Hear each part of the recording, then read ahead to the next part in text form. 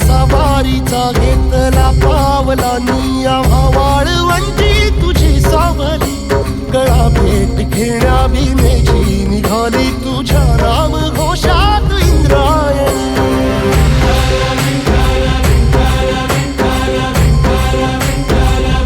भिडे आसमंती ध्वजा वैष्णवांची उभी पंढरी आज नादावली तुझे नाव ओठी तुझे रूप ध्यानी जीवाला तुझी आस लागली जरी बाप साऱ्या जगाचा परी तू आम्हाले करांची